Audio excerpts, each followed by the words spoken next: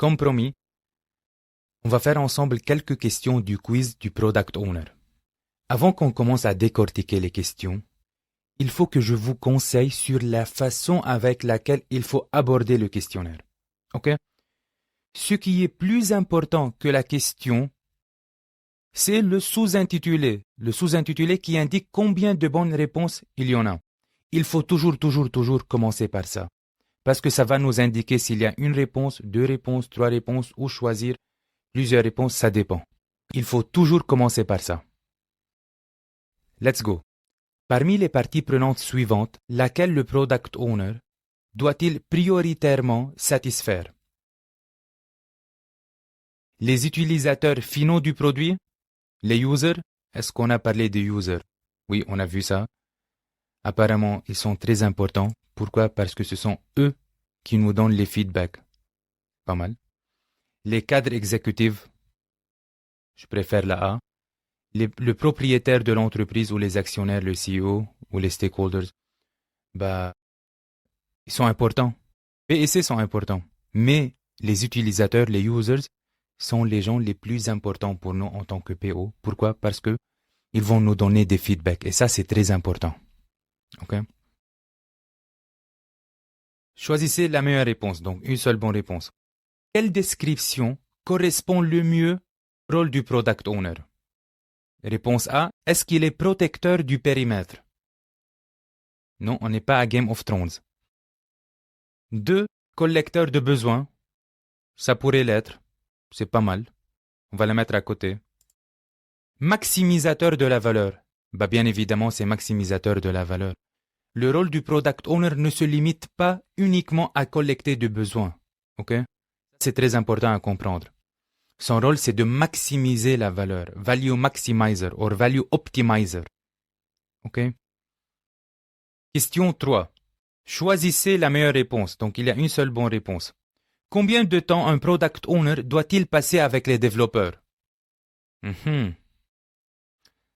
Est-ce qu'il doit passer 100% de son temps avec les développeurs? Je pense pas, on a déjà vu ça dans le e-learning. Il n'est pas un babysitter, il n'est pas un dev-sitter. Ça, c'est important. Il a d'autres choses à faire. 50%, là, ça n'existe pas une loi qui dicte combien de temps. Suffisamment pour qu'il ne soit pas surpris par la valeur livrée. J'aime bien ça, on va la mettre à côté. Qu'il est suffisamment présent, c'est pas mal.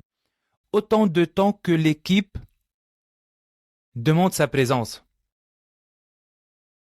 Réfléchissons un peu. Imaginons que vous tombez sur des gens dans une équipe de développement qui ont une personnalité dépendante.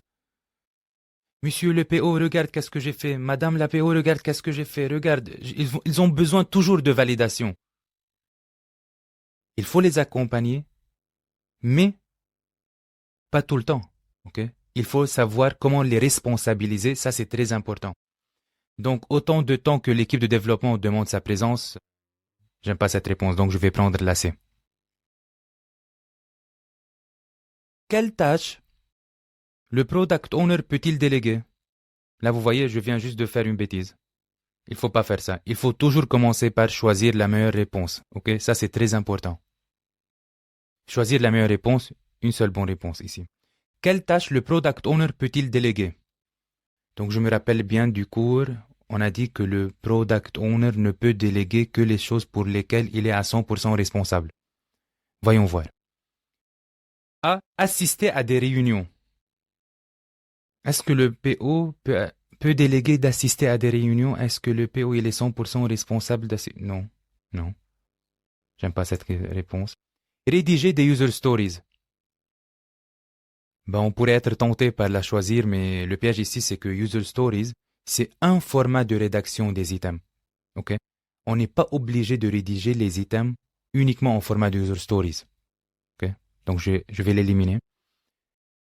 Je prends là, c'est prioriser le product backlog. Donc, je vais réfléchir. Est-ce que la priorisation du product backlog, c'est 100% la responsabilité du PO? Dans ce cas, oui. Donc, oui, on peut la déléguer. Je prends la C. Bien évidemment, vous, lorsque vous allez traiter le questionnaire, vous allez cliquer sur l'ensemble. Après, vous allez envoyer les réponses et vous aurez les explications détaillées pour chacune des réponses en détail. En conclusion, ce n'est pas un e-learning classique. C'est une expérience interactive engageante et concrète, qui vous assure une montée en compétences immédiate tout en vous préparant à la certification de manière sereine.